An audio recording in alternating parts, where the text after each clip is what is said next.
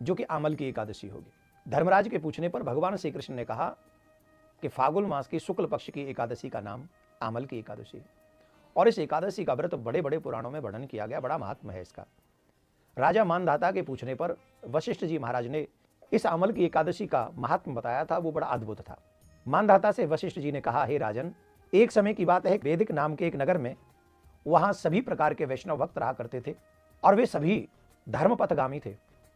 क्या वृद्ध, क्या जवान, क्या बच्चे, सभी लोग एकादशी में धर्मनिष्ठा रखते थे। वहां पर कोई नास्तिक नहीं था।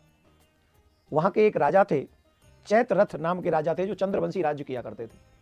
वो भी बड़े धार्मिक थे, उनकी प्रजा बहुत धार्मिक थी। तो राजा स्वयं एकादशी का व्रत करते थे।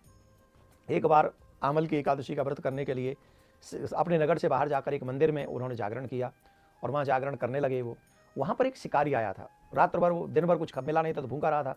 रात में देखा कि एक स्थान पे जागरण हो रहा है, तो वो भी उस जागरण में छुप के बैठ गया और वो जागरण करता रहा, भगवान के नाम, भगवान की कथा वो सुनता रहा। बाद वो अगले दिन सब लोग, राजा और नगर के लोग अपने अपने घर के लिए चले गए, तो वो बहेलिया भी अपने घर के लिए चला गया।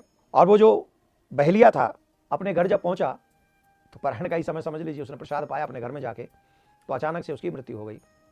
और वो जो विदुरथ के घर में जन्म लिया था, वो वही बहेलिया बसूरत नाम का राजा बन गया। वही बहेलिया, उस व्रत के प्रभाव से ये फल हुआ कि वो एक राजा के घर में उसने राज्य किया। और एक दिन वो शिकार खेलने के लिए गया, तो जब वो शिकार खेलने के लिए गया तो उसके लोग उससे बिछड़ गए, उसके अस्त्र शस्त्र छूट गए, पीछे रह गए। तो वहाँ जो होते हैं ना, कि जो लोग वन के वासी होते हैं, उन्होंने उसके ऊपर आक्रमण कर दिया।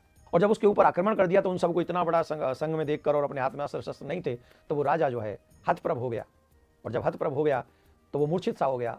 अचानक से देखता है कि वो तो मूर्छित हो गया, लेकिन उसके अंग से एक बहुत सुंदर स्त्री प्रकट हुई और उसकी भौहें बड़ी तिरछी थी। और देखते देखते जो वो शस्त्र फेंक रहे थे ना उन्हें मारने के लिए राजा को, वो सारे शस्त्र उस पर फूल जैसे गिर रहे थे और वापस उन्हीं को जा जाके घायल कर रहे थे। ये सब हो गया और वो सब मर गए और राजा बच गया।